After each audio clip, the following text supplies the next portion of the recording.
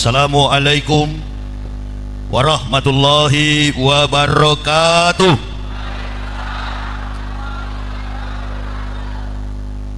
Bismillahirrahmanirrahim.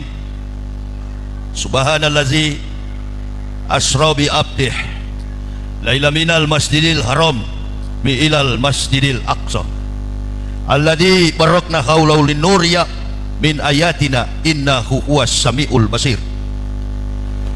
Asyhadu an la ilaha illallah hul malikul hakul mubin wa asyhadu anna sayyidana Muhammadan abduhu wa rasuluh usadiqul wadil amil sahadataman arrafa manha wa amila zahiran wa batinan bimuqtadoha wa asyhadu anna sayyidana Muhammadan abduhu wa rasuluh allazi la nabiyya ba'da.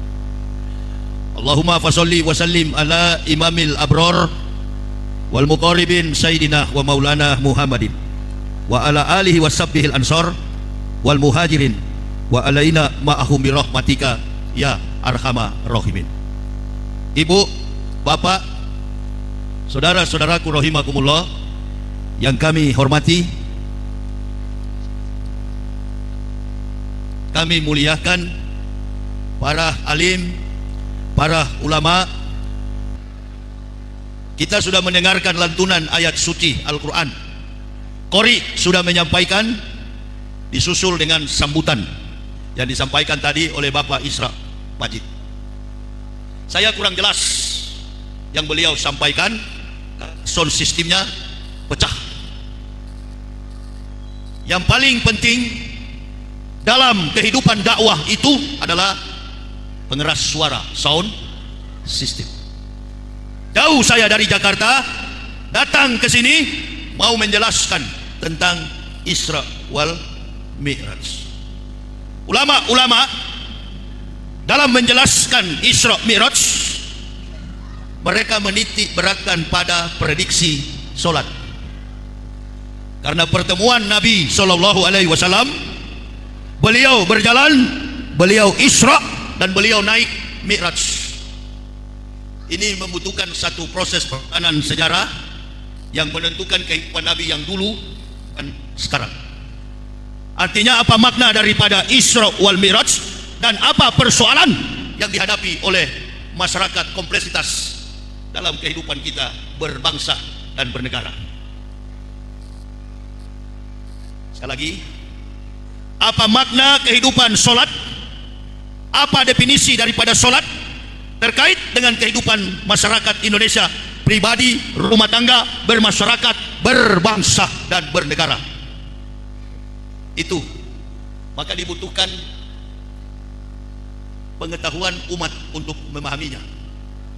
Intinya sudah kita tahu, Isra Mi'raj solat, gerakannya kita juga tahu. Datang ke masjid, inamal a'malu biniat, begitu kan? Solat itu bukan gerakannya. Bahkan hari-hari ini ada iklan, ada sosok yang mengajarkan Allahu Akbar. Begini katanya cara solat dengan khusyuk. Kira-kira bapak ibu yang hadir pada malam ini, coba angkat tangan. Antum yang hadir ini siapa yang paling jago solat? Coba angkat tangan. Artinya siapa di antara kita yang solatnya khusyuk? Coba angkat tangan. Kalau ada, saya mau belajar. Qad aflahal mu'minun allazina hum fi sholatihim khashi'un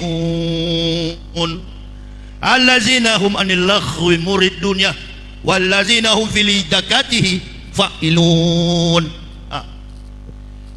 Beruntunglah orang-orang yang beriman, yaitu mereka yang menjalankan sholat dengan khusyuk. Ada yang tahu? Saya berdekatan dengan antum, sini berdiri, antum berdiri. Ini saya mau ajarkan sholat tidak khusyuk, di samping saya. Antum tahu saya khusyuk kalau berdekatan? Jujur ini, duduk. Dia tahu.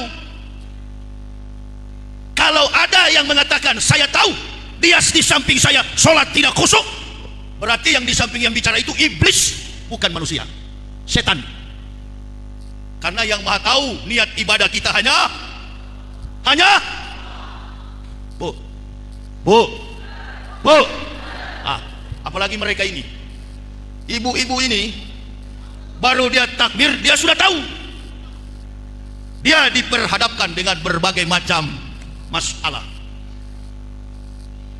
Jokowi sholat khusyuk enggak? Jangankan khusyuk, ngurus negara saja tidak khusyuk. Betul apa betul? Awas, hati-hati. Ini bukan ilmu para ulama. Ini adalah ilmu orang yang diangkat Allah dari lumpur musyrik, dari lumpur kafir yang tidak paham soal usolih farduh. Jadi saya bukan orang yang diajar dari kecil sholat. Saya dari kecil adalah golongan kafirun, golongan kafir. Saya tidak tahu khusyuk dengan tidak khusyuk. Yang saya tahu adalah qada'ab lahal mu'minun. Saya orang yang beruntung. Berdiri kita, takbir, Allahu Akbar. Kita berjamaah 20, 30, 100 ribuan orang.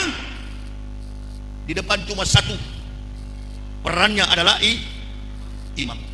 Yang di belakang banyak, yang mimpin cuma satu, imam. Makanya tadi saya tanya, yang imam tadi namanya Jokowi khusyuk atau enggak? Kawan dengar baik-baik. Sholat itu bukan gerakan biasa. Dari sisi medikal, dari sisi kesehatan, seluruh anatomi, fisik, dan psikologis makhluk manusia itu terjaga secara medis. Siklus darah kita ini mulai lancar bergerak di dalam tubuh, jantung jadi kuat. Ini saya bilang, kalau saya ceramah, saya bukan ustaz kondang. Yang saya persoalkan selalu sound system. Urus baik-baik ini. Orang angkat tangan, dia mengangkat kedua belah tangan, Allahu Akbar. All the praises go to Allah, the great Allah. Kebesaran hanya milik Allah. Jokowi juga begitu. Tapi saya ragu kalau Jokowi khusyuk. Saya ragu. Kenapa? Karena menyebut Al-Fatihah saja salah. Tuh. Bismillahirrahmanirrahim. Alhamdulillahi rabbil alamin. Ar-Rahmanirrahim. Maliki yaumiddin. Segala puji bagi Allah. Iyyaka na'budu wa iyyaka nasta'in. Ihdinas siratal mustaqim. Siratal ladzina an'amta 'alaihim ghairil maghdubi 'alaihim waladdallin. Amin. Pengertiannya cukup jelas. Al-Fatihah merangkum seluruh isi daripada 114 surat dalam Quran. Makanya sholat itu perintah paling utama. Abdulul a'malu as-salatu khams. Amal yang paling utama adalah sholat 5 waktu. Karena Nabi mendapatkannya dengan berjalan dan naik menembus Sidratul Muntaha. Ustaz, saya mau terbang ke Riau kemarin. Bapak-bapak itu tanya, Assalamualaikum, di ruang merokok, saya lagi merokok di Bandara Halim Perdana Kusuma. Datang laki-laki, Ustaz mau kemana? Mau ke Riau. Dalam rangka apa? Dalam rangka dakwah. Dakwah apa? Isra wal Mi'raj. Boleh saya tanya Ustaz? Boleh. Tergantung siapa yang mau tanya. Apa yang hendak antum tanyakan? Enggak Ustaz, saya mau tanyakan peristiwa Isra Mi'raj itu Nabi dengan ruhnya atau sekaligus dengan tubuhnya? Oh, berarti Bapak mualaf ya? Bukan Ustaz. Wah, sama kita. Saya baru masuk Islam, saya tanya kepada guru saya di Kalimantan Selatan, Guru Ijai, Guru Lailur Rahman, Guru Khalil. Akhir hidupnya beliau adalah Bupati Martapura. Saya tanya, guru, lah baik, itu Nabi Muhammad betul enggak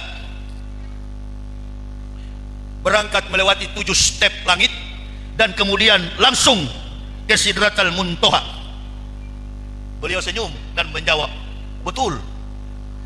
Ada ayatnya? Ada. Mana ayatnya? Subhanallazi asra bi abdih laila minal masjidil haram bi ilal masjidil aqsa. Oh, apa artinya guru? Nabi berjalan dari Masjidil Haram, dari Makkah menuju Sidratul Muntaha, melewati Masjidil Aqsa. Oh, berarti betul Pak ya? Betul. Mana hadis Pak? Innal ulama warasatul anbiya. Untuk kita pintar, jangan pintar sendiri. Kita pintar karena kita membaca, menjiwai, mengamalkan ilmu dari para ulama. Bi ilmi ulama'i, ilmu para ulama. Jangan pakai logika, pakai konsep ulama. Berarti betul ya guru? Betul Pak Yahya. Mana dalilnya?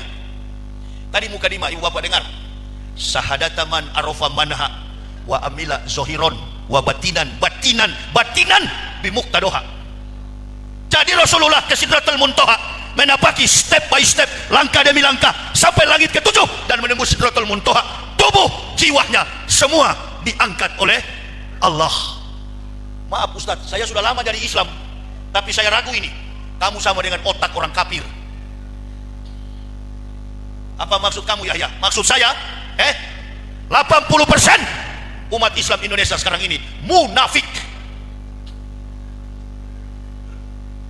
Betul atau tidak? Pokoknya ini konsep saya. Hanya beda partai berkelahi. Hanya karena pilpres saling menjelekkan. Itu Prabowo, Anies Baswedan, Ganjar Pranowo, latar belakang kehidupan mereka adalah Muslim. Mereka mukmin, mereka orang beriman. Mau-maunya antum diadu domba ya? Bodoh. Kalau kita umat Islam berkelahi, yang tepuk tangan adalah orang ini dia. Imam tadi bukan orang partai. Ada Pak Isra Majid, orang Nasdem. Tanya beliau, kalau nanti dia sholat, kita doakan supaya jadi anggota Dewan Provinsi. Kalau dia sholat nanti di sebelahnya Isra Majid ada orang PDIP, ini kan bukan koalisi. Buset. Ada orang PKB, ada orang PKS, ini kan bukan koalisi. Bodoh kita ini. Sekarang tutup lembaran itu, berhenti menjelek-jelekkan. Saya pribadi mati-matian mendukung saudara Anies Baswedan.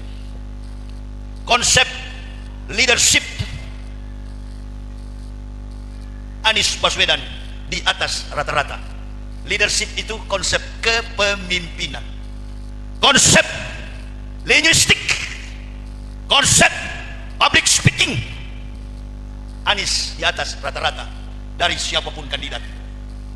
Saya pilih Anies. Pertanyaannya, kita pilih Anies, tapi yang Allah tentukan gemoy. Ngomong apa antum? Itu yang saya bilang tadi, konsep bodoh. Makana lillahi ayat takisa biwaladin subhana isyakoda amran fa'inama yakululahu kun jadi, maka jadi. Kalau Allah tentukan, kita suka Anies, tapi Allah tentukan gemoy. Kalau Ganjar nggak masuk hitungan lah, seketek suaranya. Cuma sedikit. Mari ibu bapak, itu sholat yang khusyuk. Ketika Islam diganggu, turun bela Islam. Itu namanya khusyuk. Persoalan ente konsen dengan tidak. Ini coba saya mau main-main, kalau ada ustadz ngaku sholatnya khusyuk, antum tiup balon, tunggu dia khusyuk. Antum tusuk dengan jarum, antum prediksi 2 menit, antum pecahkan. Dia lompat nggak itu? Berhenti begitu. Ibu bapak, sejago-jago ustadz di Indonesia bicara tentang persatuan, serangan kafir dan Yahudi, tidak ada lebih jago kecuali awak. Saya dari sana, sekarang di sini. Kalau ustadz lain, dia memahami kafir hanya sebatas teori, lecture, bermain secara argumentasi teori, tapi praktiknya dia buta, dia nggak tahu. Saya lebih tahu. Saya dari sana dulu, sekarang di sini. Jadi kita ini terjebak pada kebodohan. Coba perhatikan, mulai kita berdiri, nggak ada itu. Imam sudah takbir duluan, Allahu Akbar. Konsentrasi kita penuh hanya kepada Allah. Nggak ada itu imam takbir atau imamnya Allahu Akbar baru. Bu, makanya kalau ibu-ibu pun mau sholat cebok dulu, betul nggak bu? Maaf, istri saya kalau kita keliling Indonesia mau sholat nggak langsung dia wudhu, tanya dulu dia ke saya, Pak, itu ada WC nggak? Tunggu saya turun, saya lihat dulu. Ada, karena sudah biasa. Sebelum sholat bersihkan dulu. Bagi ibu-ibu, kalau celana dalamnya kotor ganti, lebih abdul lagi, nggak usah pakai celana dalam. Betul apa betul? Yes. Apalagi minal laila fatahajat bihi, tahajud di malam hari paling bagus tidak mengenakan pakaian dalam. Sudah, silakan, ada WC. Begitu dia mau masuk, satu kejadian, ada laki-laki tidur di dalam, badannya besar, sopir truk, badannya besar, celana pendek, telanjang, musola di apa itu namanya, pompa bensin. Kami mau sholat, istri saya lari keluar. Kenapa? Itu ada orang tidur Pak, badannya besar, banyak sekali tato. Oh, saya langsung turun, matikan mobil. Woi, bangun mas, ini bukan tempat tidur, tempat ibadah. You punya ludah ini mengalir di sajadah, tanggung jawab di akhirat. Melawan dia, badan besar banyak tato, mau melawan dia. Kawan, sedangkan iblis saya bilang saya tidak takut, apalagi kamu. Kamu jangan melawan, kamu pasti kalah. Kamu kalah pasti. Kenapa? Yang pertama, kamu orang Islam. Yang kedua, kamu itu tahu tempat ibadah, kamu tidur. Yang ketiga, ini yang kamu kalah, kamu penuh nafsu dikendalikan oleh syaitan. Keluar. Wah, keluar tapi marah dia. Tunggu, ngamuk-ngamuk dia di sana. Saya jaga bini saya sholat. Habis sholat isi saya cari dia. Ini sudah habis sholat, mau kamu? Oh enggak Pak Ustadz, ya. Rupa-rupanya dia kenal saya. Buset. Dia kenal rupa-rupanya saya. Menegakkan kebenaran itu jangan pernah takut. Antum sini kan sholat. Dan menegakkan kebenaran jangan di belakang sana. Depan, tembak secara terbuka. Itu asal kata anil haqi syaitonun akros. Barang siapa berdiam melihat kebenaran diganggu, maka mereka adalah syaitonun akros, setan yang bisu. Nah, jadi maksud saya, dakwah sekarang ini nggak usah pakai singgung. Jokowi dan Prabowo nggak pakai singgung. Bansos dibagi-bagi. Begitu. Bermain terbuka kawan. Ini ustadz-ustadz kita yang tidak pilih yang amanah neraka. Allah. Ustadz bagaimana ini? Terus terang, jujur menjawab. Kami dalam barisan Anies Baswedan. Kalah atau menang, kami tetap dalam konsep perubahan. Lebih baik kalah secara terhormat daripada menang dengan cara laki-laki itu kawan, laki-laki. Apalagi kan ibu bapak dapat di mana imam mimpin sholat, jamaahnya di bawah kacau. Enggak, tertib. Mulai imam berdiri, semuanya ikut berdiri. Imam belum habis sujud, di bawah, di belakang belum sujud, tunggu imam duluan. Imam belum berdiri, ikut imam. Nah, begitulah sholat secara filosofis menggambarkan sikap seorang pemimpin. Pemimpin yang apa? Pemimpin yang bertanggung jawab. Nanti Ustadz kalau dia batal wudhunya, yang di belakang dia yang maju. Inilah semua gambaran ibadah dalam Islam adalah aspek daripada mengejawantahkan nilai-nilai kehidupan pribadi, rumah tangga, konsep hidup bermasyarakat, berbangsa dan bernegara. Coba perhatikan disiplinnya sang imam, diikuti oleh makmum, kecuali makmum yang kecil-kecil. Tuh Upin dan Ipin itu yang suka ribut, iya kan? Saya ajak anak saya umur 4 tahun sholat berjamaah di samping saya. Dia bukan sholat, pikirannya tidak khusyuk, karena tangannya, jarinya bukan di dada, di kuping, di apa, hidung, ngupil. Kira-kira Ustadz ibadahnya diterima atau tidak? Insya Allah diterima. Saya baru masuk Islam, nggak tahu umlah roka sholat subuh saya suruh bini yang jadi imam, karena saya baru habis disunat, tak bisa berdiri. Nah inilah kurang jelas ya. Saya baru masuk Islam, tak bisa sholat, Baru 3 hari disunat, saya suruh bini yang jadi imam. Berapa rakaat? 20 rakaat. Ibu bapak bayangkan, kiblatnya ke sana, kami tengok ke jendela. Kiblatnya melintang-melintang, membaca suratul Fatihah pun masih dengan menggunakan huruf Latin karena baru masuk. Pertanyaan saya, waktu kami suami istri sholat, salah atau benar? Salah atau benar? Yang jujur salah atau benar? Salah atau benar? Coba yang benar angkat tangan. Coba yang benar. Bagus bu, bagus. Berarti memang cuma satu orang yang jujur. Inilah watak orang Islam yang jujur. Ibu bapak, sahnya seorang jadi dia sholat itu bukan karena bacaan makhrajnya bagus, bukan karena sikapnya bagus, bukan karena rokaatnya terpenuhi, bukan. Innamal a'malu bin. Supaya lebih jelas begini, sholat zuhur jam 12 lewat 25 menit, antum berwudu jam 12 lewat 10 menit, 15 menit lagi antum akan sholat fardu. Tapi dalam waktu itu antum akan kembali ke rahmatullah. Wa makala li nafsin an tamuta illa biidnillah. Waktunya sudah tiba, antum wafat. Ini lebih gampang dipahami ya. Saya mau tanya, antum sudah sholat atau belum itu? Sudah dihitung sholat atau belum? Coba angkat tangan mana yang sudah. Jadi berani kan? Yang tidak berani angkat tangan, itulah golongannya Jokowi.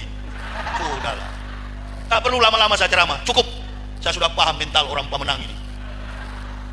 Makanya masjid ini lama berdiri dia, karena Allah tahu. Jadi jangan, itu yang bikin Islam itu kacau. Kunut ribut, tidak kunut ribut, bikin Islamirat bid'ah. Ini berislam tapi dangkal, beragama Islam tapi tidak pandai menjaga rahasia kesucian ibadah, kesucian ukhuwah Islamiyah. Padahal sekolahnya di Mesir, sekolahnya di Madinah, dakwanya bidah kafir, dolah apa? Sesat. Ini komplotan-komplotan yang suka membidah-bidahkan sama-sama Islam. Giliran kepada kafir tidak berani, giliran kepada kezaliman rezim nggak berani. Ini dia. Kalau saya mau lebih panjang lagi, bukan ilmu saya, Nabi Musa itu kan pernah ditanya oleh Allah, dari mana Musa? Dari membimbing Bani Israel melewati gurun padang Sinai. Apa yang hendak kamu mau tanyakan Musa? Karena Musa itu kalau mau berbicara dengan Allah, dia minta. Dalam risalah para nabi, cuma 2 nabi yang bertemu langsung dengan Allah, Rasulullah Muhammad SAW dan Nabi Musa alaihissalam. Tanya Musa, mana yang engkau sukai semua ibadahku ya Allah? Saya berpuasa Senin Kamis, saya aktif sholat, saya puasa. Kata Allah, bukan itu yang aku sukai. Dan ini betul-betul Jokowi sangat memahami. Dengar dulu. Jokowi sangat paham antum punya mental semua. Dia tahu secara psikologis bagaimana membujuk hati orang Islam. Yang paling aku sukai ibadahmu Musa adalah ketika engkau menjawab seorang saudaramu yang lagi membutuhkan bantuan. Itu ibadah paling tinggi. Kita kan menginginkan Anies jadi presiden. Untuk apa? Merubah mindset bangsa kita. Nih, 9 cacing yang menguasai pemerintahan kita. 9 naga. Orang-orang kafir, bahkan yang tadinya anggota-anggota parlemen, orang-orang DPR yang kritis, nggak berani sekarang. Kalau istilah orang Padang, takwi itu bahasa Arab. Munafiak itu juga bahasa Arab asli, bukan munafik. Bahasa Arab yang betul munafiak. Ada lagi yang lebih parah, panjile, takwi, munafiak.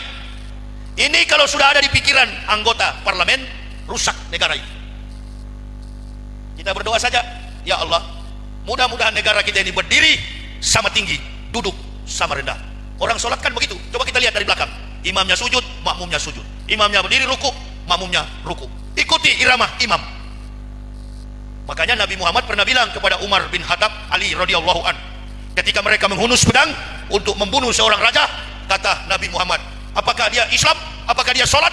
Dia sholat ya Rasul. Kalau dia Muslim, dia sholat. Jangan coba-coba kalian ganggu. Kafir sudah baca taktik itu. Bagaimana supaya kita bisa kuasai mayoritas Islam di Indonesia? Jadikan ulamanya jadi wakil presiden. Nah ini sekarang, ini Ma'ruf Amin. 10 tahun kita menderita. Sekarang siapa Ustadz jadi presiden? Wallahu alam, belum resmi. Mudah-mudahan Anies, tapi kita berdoa. Kalaupun Prabowo atau Ganjar jadi presiden, kita legowo. Kita terus berdoa. Kita khawatir Ustadz, jangan-jangan Prabowo meninggal dunia di perjalanan. Antum bukan Tuhan. Yang tahu umur orang adalah wa ma kana li nafsin an tamuta illa bi idnillah kitaban muajjalah. Tidak ada yang bernyawa di dunia ini akan mati kecuali dengan izin Allah. Sebagaimana waktu yang sudah ditetapkan. Jangan lihat ini Pak Haji rambut putih, dia duluan meninggal daripada saya. Belum tentu, antum baru puluhan tahun. Bisa jadi antum usia muda lebih dulu mati. Nanti Ustaz kalau Prabowo jadi presiden, dia meninggal, Gibran jadi presiden. Siapa tahu Gibran yang duluan mati, kan begitu. Jangan begitu mengandai-andai. Amin ya Rabbal. Gibran juga itu orang Islam.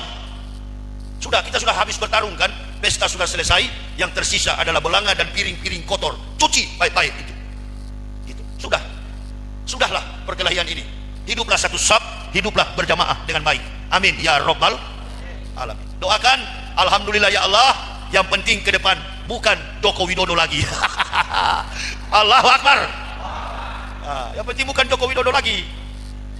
Dia mau Prabowo, dia mau Anies, dia mau Ganjar, nggak peduli Ambo.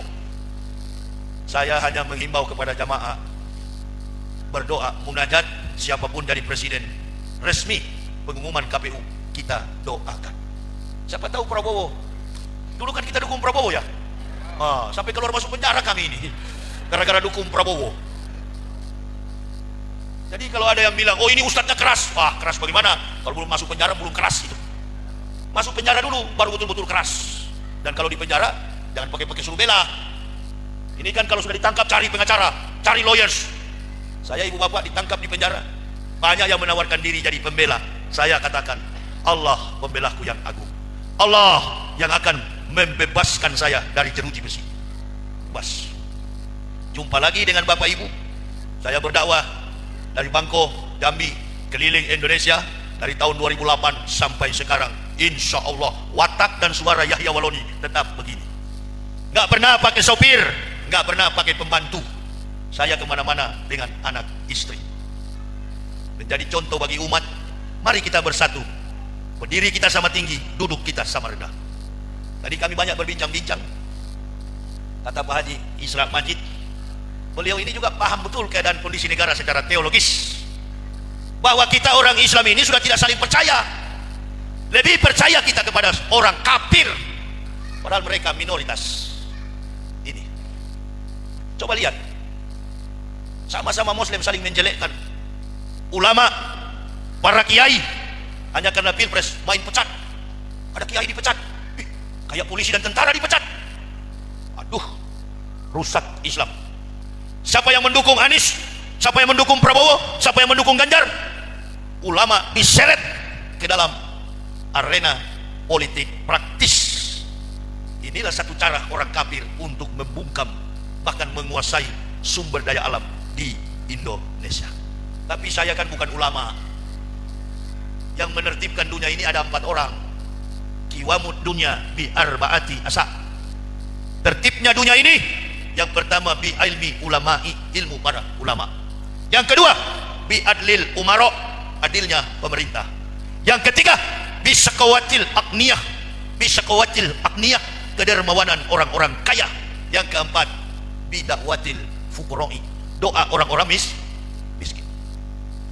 Ini para oligarki, orang-orang yang pegang saham di negara kita, hanya beberapa segelintir makhluk kafir, tapi bisa mengendalikan perekonomian negara kesatuan Republik Indonesia. Yuk coba-coba melawan, dipanggil polisi, tangkap, penjara.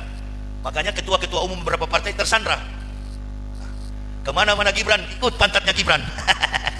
Orang-orang tua-tua, bikin malu. Yang kita ikuti adalah imam yang apa? Dalam prosedural solat, syariat, syarat solat, kriteria solat, orang yang menjadi imam pertama akhlakul karimah, berakhlak mulia. Jangan jadi imam tapi suka maliang, nyolong. Jadi imam berakhlak mulia. Yang kedua, bacaan Qur'annya lebih bagus dari semua yang ada. Itu imam. Yang ketiga, disukai atas jamaah, makmum. Itu kriteria jadi imam. Sama dengan kriteria orang jadi pemimpin, jadi presiden, jadi kepala negara. Cuma bedanya imam tak bisa disogok, kalau jadi presiden bisa disogok. Ini peran sholat. Jadi aplikasi, realisasi, kontekstualisasi dalam sholat itu tergambar tentang model kepemimpinan. Itu dia. Kita berdoa saja. Tadi saya tanya ke Pak Isra Majid, kata beliau, insya Allah Ustadz Prabowo yang jadi presiden. Saya agak marah sama beliau. Saya maunya Anies, tapi tidak apa-apa. Beliau kan juga belum tahu, belum resmi. Siapa tahu tengah malam nanti malaikat datang merubah. Amin ya robbal. Bisa terjadi itu Ustaz? Enggak, beliau benar. Saya aja tanya tadi, cuma ibu yang di tembok yang bilang betul, yang lain tak berani. Begitulah watak orang Indonesia, suka dengan yang salah. Ibu bapak boleh tanya dari Sabang sampai Merauke, kapan pernah saya bersekutu dalam organisasi Islam? Enggak pernah. Saya bukan NU, saya bukan Muhammadiyah, saya bukan Naqsabandiyah, saya bukan Al-Wasliyah. Saya adalah Islam. Ketika masuk Islam, datang ke masjid, saya tidak pernah ambisi untuk jadi. Lapor ke masyarakat, ke jamaah, bela saya diganggu. Jangan begitu. Hidup dan matimu terserah Allah yang menentukan. Amin ya robbal. Pejuang sejati tidak berharap pertolongan makhluk, dia bergantung hanya kepada Allah. Makanya saya kalau mau tutup ceramah selalu bilang kepada jamaah, doakan kami sekeluarga. Doanya gampang, berikan Yahya itu usia, kesehatan, dan keberanian di dalam menegakkan agama ini. Itu saja. Gak perlu ibu bapak dampingi saya, berat, dakwah saya berat. Ada beberapa orang mencoba-coba ikut berdakwah dengan saya, baru 1 hari sudah menyerah pulang, menangis tak kencing-kencing di celana. Dilempar batu di daerah Sulawesi, ban mobil ditikam dengan parang. Kami suami istri di Bali, mobil kami dicoret-coret di Bali, dikeroyok. Nggak pernah kami mengeluh dan menyerah, takut dalam berdakwah. Ini sudah resiko. Dan saya selalu berdoa, ya Allah, apa sudah sampai di sini nasib orang Islam? Mari kita tunggu, kita lihat. Mudah-mudahan kepemimpinan setelah Jokowi ini akan ada perubahan di segala kehidupan kita. Perubahan yang dimaksud adalah perubahan yang dipimpin oleh 3 putra terbaik. Kalau bukan Anies, Prabowo. Kalau bukan Prabowo, Ganjar. Ganjar, Prabowo, Anies. Kita doakan. Tidak ada yang mustahil kalau kita doakan. Amin ya robbal. Tapi untuk saling membenci, untuk saling menjatuhkan, jangan kawan. Biar bagaimanapun Pak Anies, Pak Prabowo, dan Pak Ganjar adalah orang kafir. Senang sekali kalau orang Islam itu saling bermusuhan. Saya orang kafir dulu ibu bapak. Antum ini tidak usah sok-sok fanatis. Saya ini paling fanatis. Ibu bapak berani nggak di depan orang kafir, di ferry, di bandara, ada orang pakai kalung salib, ada muslim cerita-cerita, muslim yang lari dari situ. Ustaz, bagaimana kehidupan orang-orang kafir? Ini saja itu kafir di samping, pakai kalung salib. Ini ahli neraka semua, lari kawan di samping, pergi dia. Dia nggak tahu. Lalu dibilang, diekspos, Yahya Waloni itu keras, radikal. Weh, sedangkan kami sudah keras, kita dibikin begini, apalagi kita manggut-manggut. Itu. Makanya di Jambi ini termasuk kota yang paling penakut. Jambi ini paling penakut. Tidak ada yang berani undang orang-orang yang. Nah, tapi kalau yang humor-humor, yang lawak-lawak, yang tidak memberikan kontribusi tauhid, ustadznya yang suka humor-humor, itu yang paling disukai kalau di Jambi. Saya paling senang, jiwa saya tersalur kalau diundang ke Sumatera Barat. Itu dia. Sumatera Barat, Banten, Sukabumi, Sunda. Wah, baku hantam keras-keras. Mantap ustadz. Itu dia. Tujuan kita baik untuk negara ini, tapi untuk menjadi penjilat, untuk menjadi pengecut, tidak ada watak begitu. Makanya ibu bapak doakan kami, mudah-mudahan akan, terutama tadi pengumuman beliau bahwa masjid ini dalam kondisi masih membangun. Kita bantu, mudah-mudahan di lain waktu kami sekeluarga bisa berkunjung kembali ke masjid ini. Insyaallah ya, kita doakan ibu bapak, masjid ini dalam waktu dekat bisa berdiri, semua yang menjadi kebutuhan, dan kemudian kami datang, pembangunannya telah selesai. Amin. Tidak ada yang mustahil. Ini adalah rumah Allah, dibangun di Pemenang, tapi yang Allah tempatkan adalah Kecamatan Pemenang. rumah Allah kebetulan ada di Pemenang. Kesempatan ibu bapak. Dan saya mendoakan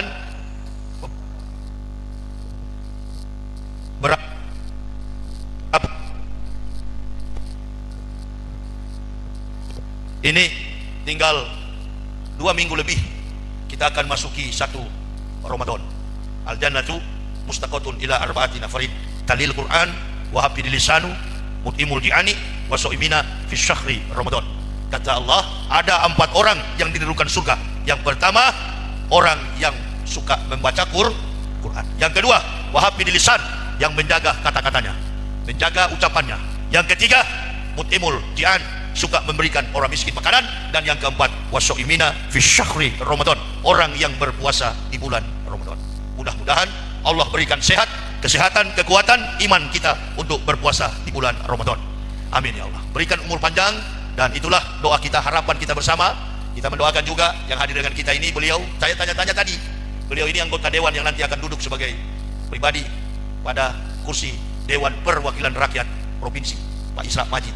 Tidak ada yang mustahil. Kita doakan agar beliau menjadi anggota Dewan Provinsi untuk periode 2024-2029. Allah tentukan lagi ke depan, bisa kita doakan beliau untuk jadi anggota Parlemen Pusat. Ya, saya baru banyak penjelasan dari beliau tadi. Jangan berpikir orang jadi anggota dewan itu uangnya katanya banyak. Selama ini kan asumsi masyarakat kalau jadi anggota dewan banyak uangnya. Bercakap-cakap kita, berdialog kita. Beliau juga orangnya bicara polos. Secara saya ini pernah jadi anggota dewan kurator. Saya tahu orang membuang kata-kata dengan muatan-muatan politis. Saya tahu. Orang juga bicara dengan polos dan terbuka. Saya juga tahu. Makanya saya duduk dengan beliau. Nggak ada saya pernah duduk dengan orang dewan dan mengatakan nggak ada untungnya Ustaz, konstituen kita membutuhkan, kita berikan. Nah, tapi masyarakat publik berpikir, kalau jadi anggota dewan kaya ini. Siapa yang bilang begitu?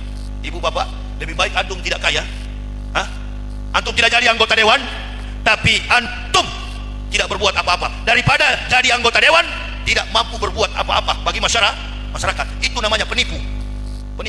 Dan banyak sekarang yang begitu. Ini orang cuma modal pelawak, orang cuma modal menyanyi-nyanyi, rock and roll, lompat sana lompat sini, kepala botak. Ini yang menjadi anggota dewan. Innalillahi. Ini tukang lawak, tukang apa itu, bikin orang ketawa. Bahkan ada ustad mungkin merasa amplop sudah mulai tipis, jadi anggota dewan. Rusak. Mau jadi anggota dewan itu mereka yang bergelar sarjana hukum, sarjana ekonomi, sarjana sosial, sarjana politik, sarjana teknik. Biarkan mereka berkiprah dalam partai politik. Ulama, tetaplah ulama. Ulama sampai mati tetap ulama. Jangan hari ini ustaz besok jadi politikus. Kenapa ente jadi politikus? Kenapa mau jadi anggota dewan?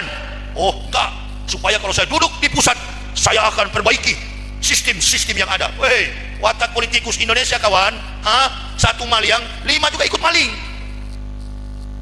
Contoh kan sudah ada.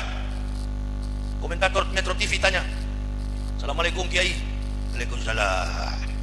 Ini ulama paling tinggi ini, ulama paling nomor 1 kelas wahid. Assalamualaikum Kiai. Waalaikumsalam. Ini Kiai mau tanya, uang haji yang kemarin tidak mencukupi Kiai. Oh, Rajal jawab, itu kan lagi dilola. Ulama kelas berat ini kawan, bukan cuma ecek-ecek kelas pemenang ini. Ma'ruf Amin menjawab, uangnya lagi dikelola. Ibu bapak tertawa ya. Disinilah rasa kecintaan kita kepada Islam. Dan tidak berani orang singgung, nggak berani. Hanya ustadz-ustadz tertentu yang berani. Kenapa? Takut ditangkap, takut dipenjara. 1000 kali kau tangkap, 2000 kali kami akan berteriak kebenaran ini. Allahu Akbar. Nggak ada cerita. Ditangkap bebas, ditangkap bebas, ditangkap bebas. Tapi jangan antum ditangkap karena nyolong uang rakyat. Nah sekarang Pak Ma'ruf sudah mau turun. Nah sudah bersebelahan dengan Jokowi. Kemarin pura-pura bela-bela Anies. It's too late my friend. Sudah terlambat kawan. Kenapa tidak dari kemarin kau bela Islam Indonesia? Makanya dengan begini percaya, wah alhamdulillah Pak Ma'ruf sudah mau sadar. Weh, di zaman Umar bin Khattab sama ya. Umar bin Khattab itu nggak ada ampun. Kalau dia lihat kebatilan, dia nggak pernah ampuni. Nah kita masih pakai ampunan. Antum mau tahu orang-orang yang sekarang dukung Anies? Dulu kan musuh kita itu, iya kan? Orang-orang juga yang bela Prabowo dulu, yang membenci Jokowi, yang menghina-hina Jokowi, sekarang jadi kawan Jokowi. Itu dia. Mereka kalau bicara itu mulutnya sampai putih-putih di, apalagi kalau bicara di sini ada putih-putih, apa, usah putih, busuk sekali itu mulutnya. Itu anggota DPR punya mulut. Itu ada yang kecil-kecil itu, mukanya jelek itu, namanya Bahlul. Tuh enggak ada muka pejabat. Itu kepalanya besar. Begitu. Apa? Masih saya lebih ganteng, dia sudah tua begini. Itu muka jelek itu, hitam kulitnya. Bahlil atau Bahlul, siapa itu? Itu penjilat, betul-betul penjilat. Di demo sama guru-guru besar, dia yang maju paling depan. Innalillahi. Ini orang-orang ini kalau kita lihat, Bapak pikir kita kasihan melihat nasib mereka itu kalau mati. Penjilat dan tidak mau berpihak pada kebenaran. Kalau tidak berpihak pada kebenaran, berarti mereka membohongi rakyat. Kita doakan saja. Mudah-mudahan siapapun jadi presiden, kalau Prabowo nggak usah pakai ini Bahlul ini.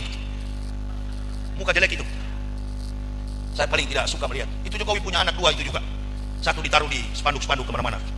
Itu, ya. Ini apa namanya? Masa karbitan semua itu. Kita berdoa, mudah-mudahan Pak Prabowo kembali pada sifat sebagai seorang satria, sebagai mantan jenderal. Beliau betul-betul mengabdi bagi nusa dan bangsa. Amin ya robbal alamin. Saya kira itulah sikap dalam mengejawantahkan nilai-nilai sholat dalam kompleksitas kehidupan pribadi, rumah tangga, bermasyarakat, berbangsa, dan bernegara. Mudah-mudahan Allah perjumpakan kita kembali, dan kita akan jumpa di lain kesempatan. Allahumma habib ilainal iman wa zanyu fi qulubina wa kari ilainal kufra wal fusyuq wal isyan wa ja'alna minar rasyidin. Allahumma tawafana muslimina wal hikna bisolih gairah huzzai wal maftudin. Allahumma ja'alna